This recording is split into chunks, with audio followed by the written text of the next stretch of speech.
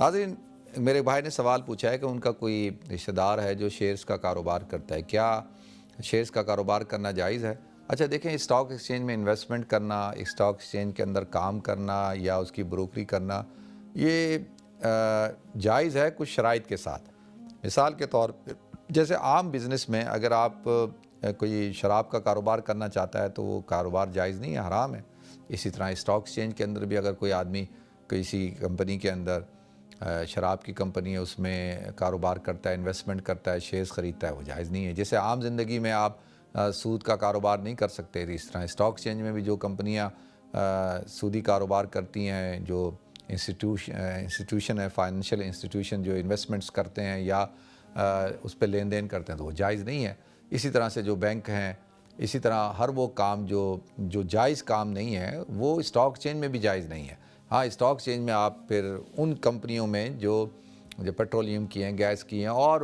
جو دوسری کمپنیاں ہیں ان میں آپ انویسٹمنٹ کر سکتے ہیں، اور بالکل آپ اس کے اندر جو ہے وہ شیئرز خرید بھی سکتے ہیں اور بیچ بھی سکتے ہیں اور اس کی بروکریج بھی کر سکتے ہیں آپ، بالکل۔ لیکن یہ ہے کہ ان کمپنیوں کا وجود ہونا ضروری ہے، وہ ایگزسٹ کرتی ہوں، صرف پیپروں میں نہ ہو۔ پاکستان کے اندر تو جو ہے وہ کمپنیاں پیپروں میں بنتی ہیں اور بیچارے لوگوں کے پیسے لے کے اور تھوڑے عرصے بعد جو ہے وہ فارغ ہو جاتی ہیں، تو یہ کام ٹھیک نہیں ہے، یہ تو دھوکہ دینا ہو گیا نا۔ اور ایک چیز یہ ہے کہ ہمارے ہاں ایک بہت بڑا مسئلہ ہے کہ ہم اپنا جو نفع ہے وہ تو شو کرتے ہی نہیں ہیں۔ آپ نے شیئرز خرید لیے اور وہ شیئر جو ہے وہ اس میں کبھی وہ کمپنی پروفٹ ہی نہیں کرتی، آپ نے خریدے، اس کی قیمت ختم ہوتے بالکل کم ہو گئی، ختم ہو گئی، تو یہ اس طرح سے وہاں تو یہ فراڈ چلتا ہے۔ تو یہ بڑا ایک سینسیٹیو کام ہے، ایک سوچ سمجھ کے کرنا چاہیے۔ اگر آپ کے پاس ایکسیس اماؤنٹ آف منی ہے، آپ سمجھتے ہیں کہ بھئی یہ پیسہ آپ کا سائیڈ میں تھوڑا سا پڑا ہے اور آپ چھوٹی انویسٹمنٹ کرنا چاہتے ہیں لانگ ٹائم بیس کے اوپر، تو ٹھیک ہے، آپ اچھی کمپنیوں کے آپ شیئرز خرید سکتے ہیں اور ان کے خرید کے رکھ لیں، آپ کو ڈیویڈنڈ ملے گا، آپ کو بونس شیئر ملیں گے اور آپ ہو سکتا ہے آپ کو پروفٹ بھی ملے، وہ بالکل ٹھیک ہے۔ لیکن اس کا میں پرسنلی آپ حضرات کو، کیونکہ میں خود جب یعنی فارغ ہوا مدرسے سے تو میں بھی یہ اسٹاک ایکسچینج میں جاتا تھا، کرتا تھا۔ میرا دوست تھا ایک، اس کا اسٹاک ایکسچینج میں ممبرشپ تھی، تو میں اکثر جاتا تھا، تو پھر میں نے بھی تھوڑا بہت کیا اور انوالو رہا۔ تو میں نے پرسنلی آپ کو بتاؤں کہ اسٹاک ایکسچینج جو ہے وہ ہمارے ہاں کراچی میں زیادہ تر میمن اس میں انوالو ہوتے ہیں، تو میمنوں کے ہاں یہ کہا جاتا ہے، کہاوت ہے کہ اسٹاک ایکسچینج گھر کی بیٹی ہوتی ہے۔ تو یہ کہاوت شروع میں میری سمجھ میں نہیں آ رہی تھی، تو پھر بعد میں سمجھ میں آئی کہ گھر کی بیٹی کا مطلب کیا ہے، کہ آدمی جو ہے ہمیشہ اپنی بیٹی کو دیتا ہی ہے، لیتا نہیں ہے۔ اور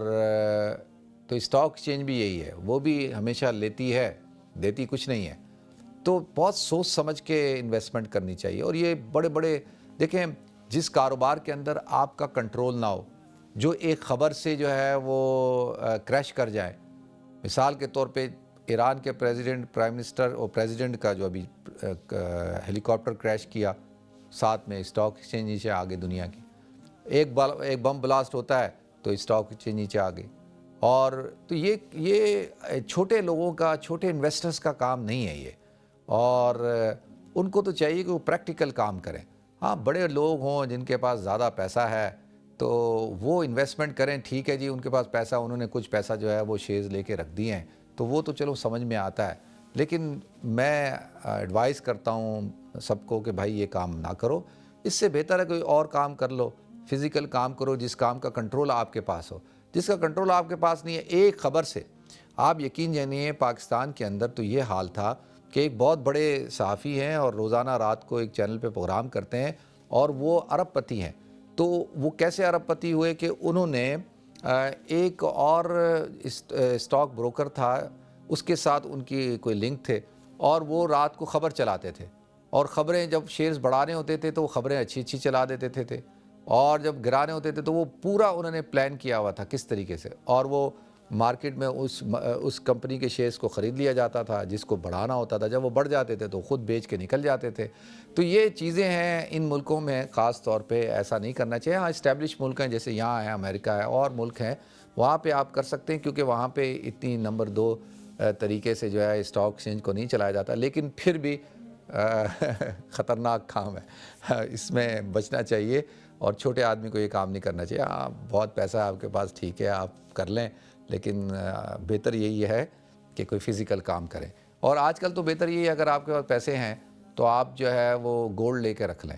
اور سب سے بہترین انویسٹمنٹ تو یہی ہے، کیونکہ وہ گولڈ جو ہوتا ہے کیش ہوتا ہے، جب آپ کو بیچنا ہو آرام سے بیچ سکتے ہیں، اور چھوٹی انویسٹمنٹ بھی ہوتی ہے اور آپ کے کنٹرول میں ہوتا ہے۔ لیکن مسئلہ یہ ہے کہ اس کو سنبھالنا پڑتا ہے پھر مسئلہ، اور دوسری بات یہ ہے کہ آپ کو زکوٰۃ بھی دینی ہوتی ہے، ٹھیک ہے نا، لیکن شیئرز پہ بھی آپ کو زکوٰۃ دینی ہوگی، یہ نہیں کہ شیئرز پہ زکوٰۃ نہیں دینی، اس پہ بھی آپ کو زکوٰۃ دینی ہوتی ہے۔ جو بھی آپ تجارت کرتے ہیں، مال تجارت پہ آپ کو زکوٰۃ دینی ہوتی ہے۔ تو یہ بہتر ہے کہ بھئی گولڈ خرید کے رکھ لیا جائے، کم سے کم آپ کے کنٹرول میں تو ہوگا، آپ کو جب بیچنا ہے تو آپ بیچ تو سکیں گے، کیش ہوگا۔ باقی یہ ساری چیزیں جو ہے نا یہ بڑی خطرناک ہیں، ان سے ہمیں بچنا چاہیے، اپنے بچوں کو بھی بچانا چاہیے۔ آج کل جو یہ جو آن لائن جو ٹریڈنگ ہے، آن لائن جو بزنس ہے، ابھی میں کچھ عرصے پہلے مجھے ایک لڑکا ملا، اس نے بتایا، دوست ہے میرا، اس کے سالہ، اس نے جو ہے 5,000 پاؤنڈ نقصان کر دیے، کوئی آن لائن پتہ نہیں وہ کیا کر رہا تھا، وہ مجھے پورا سمجھا رہا تھا، ایسے ہو رہا تھا۔ میں نے کہا یہ پاگل، تمہیں کس نے کہا تھا کہ یہ کام کرو؟ اور اس نے وہ بیچارہ ادھار لے کے یہ کہ، تو اس طرح سے ہمیں یہ ان چیزوں سے بچنا چاہیے، فزیکل کام کریں، ٹھیک ہے جی۔ اللہ تعالیٰ ہم سب کو عمل کرنے کی توفیق عطا فرمائے۔